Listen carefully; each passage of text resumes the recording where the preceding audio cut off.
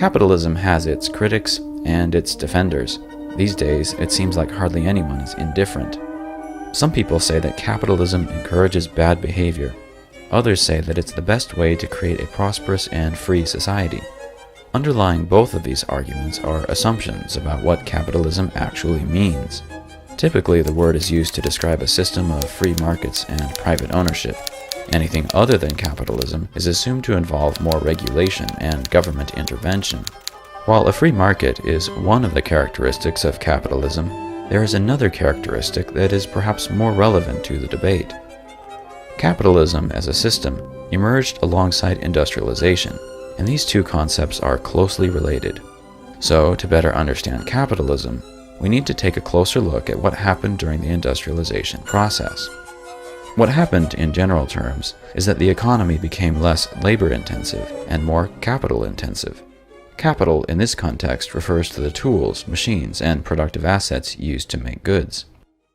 The development of factories and production technologies had a profound effect on society. Products became more accessible and affordable, giving people a standard of living that was never before possible. People started to leave their farms and move to the cities. Urban living offered the prospect of better jobs, more opportunities, greater material comforts, education, culture, and refinement, as well as an escape from the difficulty and uncertainty of country living.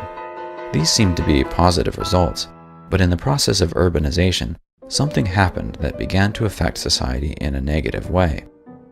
The factors of production, land, labor, and capital, which were once united, now became separate inputs.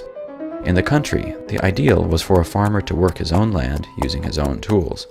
But in the city, the capital owners provided the factories and tools, and the workers provided the labor. For the average worker, employment became the primary means of supporting oneself. This simple change had at least 4 negative effects. First, there was a loss of self-reliance. Workers who once supported themselves now found themselves in a heightened state of vulnerability. They were often subjected to poor working conditions and long hours. Those who lost their job discovered that without social safety nets, starvation was a real possibility. Second, there was a loss of equality. Prior to industrialization, labor was a great equalizer. Farmers reaped rewards that were in proportion to the work that they put in. This is called the law of the harvest, and for farmers, it applied in a very literal way. But in the cities, it was different. Those who owned productive assets and had money were able to more easily generate wealth by living off the labor of others, thus obtaining even more money and property. As a result, new social classes emerged, and the economy became more of a zero-sum game with winners and losers.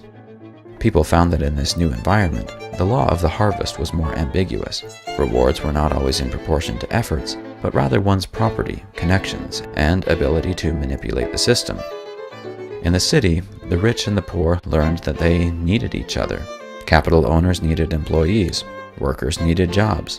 The rich needed the poor to maintain a distinct social status. The urban poor also needed the rich to fuel their hopes of what they might be able to have. But separation was paramount. As soon as people who were considered unsavory started settling into urban neighborhoods, the wealthy fled to the suburbs, creating urban blight and the donut effect. The suburban life became a symbol of upward mobility and a way to physically separate oneself from the poor. Third, there was a loss of political freedom. In pre-industrial America, the people were sovereign. The family was the foundation of society. Power flowed upwards from family to municipal institutions and on to state and national governments, a system of federalism that the Constitution was designed to protect. But during industrialization, the bottom-up political system started to turn upside down as money interests began to have a greater influence over public policy. The workplace replaced the family as the foundation of society. And fourth, a number of cultural changes took place. The pre-industrial life was very difficult, yet farmers enjoyed what we might describe as a unified way of living in which work, family life, religion, community, and education all blended together.